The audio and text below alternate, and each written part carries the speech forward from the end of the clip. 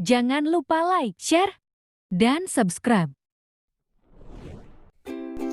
Assalamualaikum warahmatullahi wabarakatuh.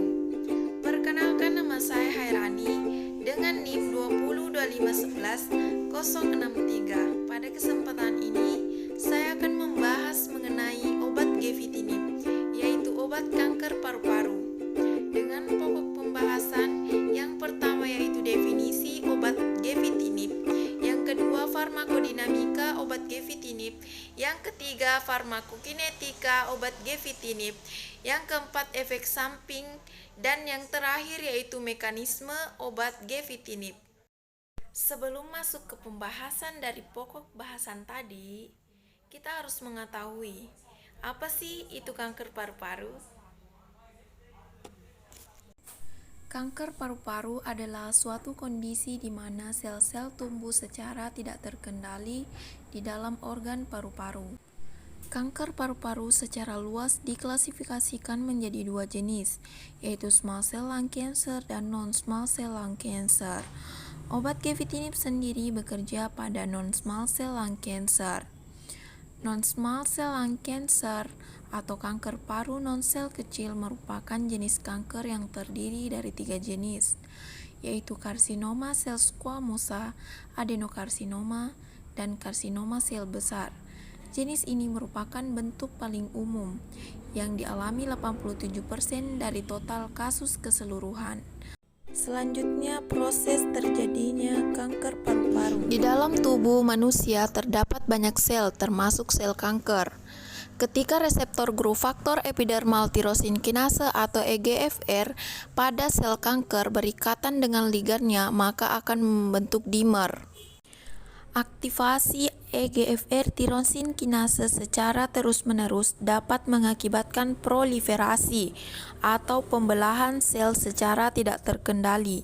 Aktivitas EGFR tirosin kinase secara tidak langsung juga menghambat apoptosis sel tumor atau kematian sel secara terprogram, sehingga meningkatkan tahan hidup sel tumor dan resisten terhadap terapi sitotoksik.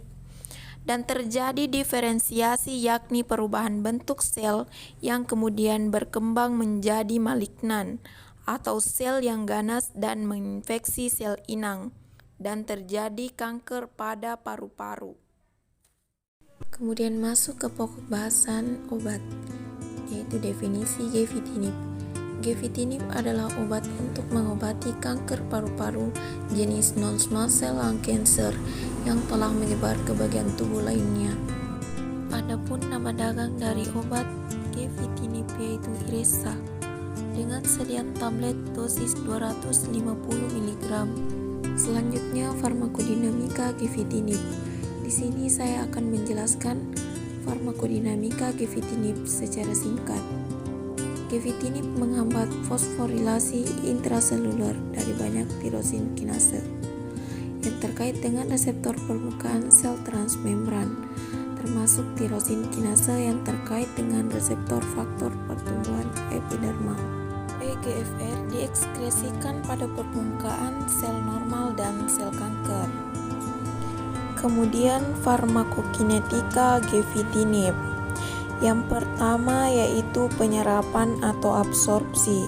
Diserap perlahan setelah pemberian oral dengan bioavailabilitas rata-rata 60%. Kadar puncak plasma yang terjadi 3-7 jam setelah pemberian. Kemudian metabolisme. Di metabolisme terutama hati melalui CYP3A4, 3 tempat biotransformasi telah diidentifikasi. Metabolisme gugus N-propoxymorpholino, demetylasi substituen metoksi pada quinazolin, dan defluorinasi oksidatif gugus fenil terhalogenasi.